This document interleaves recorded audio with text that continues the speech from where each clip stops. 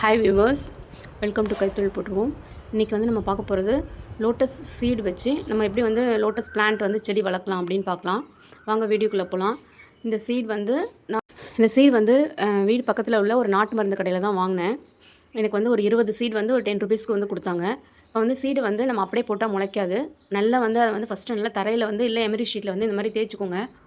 உடைக்காதீங்க. உடைச்சிங்கன்னா அது வந்து வளராது. நிறைய பேர் வீடியோ போடுறாங்க, பட் ஆனால் உடைச்சிங்கன்னா அந்த சீட் வந்து வளராது. அதனால் கொஞ்சம் தீர்த்தது வந்து கஷ்டம்தான். அதனால் அதை வந்து நல்லா இந்த மாதிரி வந்து தீர்த்து எடுத்துக்கோங்க.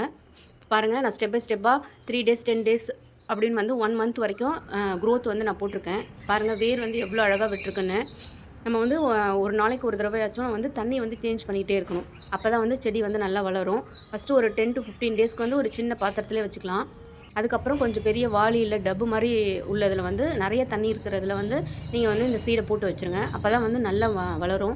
பாருங்கள், ஒரு 30 டேஸ்லேயே வந்து எவ்வளோ அழகாக வந்து வேர் விட்டுருச்சு. அது மாதிரி லீஃபும் வந்து நல்லாவே வந்துருச்சு. ஸோ இதை வந்து நான் வந்து இப்போ நடுறதுக்கு வந்து இது வந்து ரெடி ஆகிடுச்சு. இது வந்து நான் வந்து உங்களுக்கு வந்து காட்டுறதுக்காக ஒன்று உடச்சி போட்டது.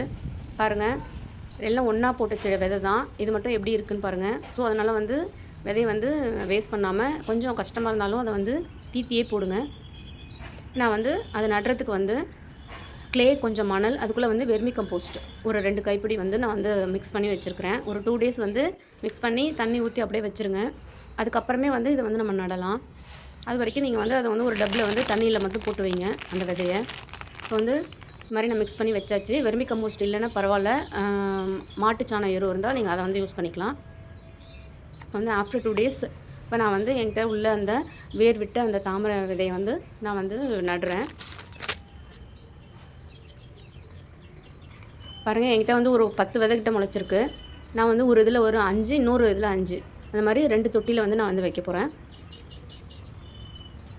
ஃபஸ்ட்டு ஒரு 2 நாளைக்கு நட்டதுக்கப்புறம் அதை வந்து நிழலே வைங்க. அதுக்கப்புறமே நீங்கள் வந்து நல்ல வெயிலில் மாடியில் கூட வந்து வைக்கலாம். தாமரைக்கு வந்து நல்ல வெயில் இருந்தாவே வந்து நல்லா வளரும்.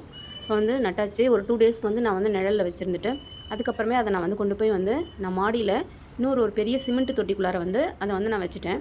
இந்த டப்பை வந்து ஃபுல்லாக வந்து சிமெண்ட் தொட்டிக்குள்ளார வந்து நான் வச்சுருக்கேன். பாருங்கள்,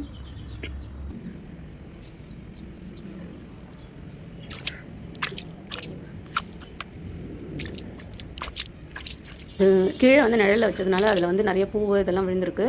இப்போ வந்து இதை வந்து நான் எடுத்துகிட்டு வந்து மாடியில் வச்சாச்சு. இப்போ வந்து நெக்ஸ்ட்டு 2 தொட்டி வச்சேன்னு சொன்னேன் இல்லையா, இன்னொன்று பாருங்கள், ஒரு பெரிய சிமெண்ட் டப்புக்குள்ளார அந்த பிளான்ட்டை வந்து வச்சுட்டேன். இப்போ பாருங்கள், தண்ணி வந்து தெளிஞ்சு ரொம்ப அழகாக இருக்குது. இப்போ வந்து லீஃப் வந்து போக போக வந்து இதில் வந்து லீஃப் வந்து கொஞ்சம் பெருசாக ஆரம்பிக்கும். இதில் வந்து கொசு வந்து மிட்ட விட்டுரும். அதனால் வந்து நீங்கள் வந்து மீன் வந்து குட்டி குட்டி மீன் வந்து கிடைக்கும். அந்த மீனை வந்து வாங்கி இதில் விட்டுட்டிங்கன்னா அது பார்க்கவும் அழகாக இருக்கும்.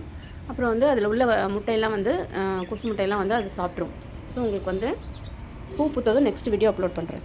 நம்ம சேனலை சப்ஸ்கிரைப் பண்ணாதவங்க சப்ஸ்கிரைப் பண்ணுங்கள், லைக் பண்ணுங்கள், ஷேர் பண்ணுங்கள். தேங்க்யூ.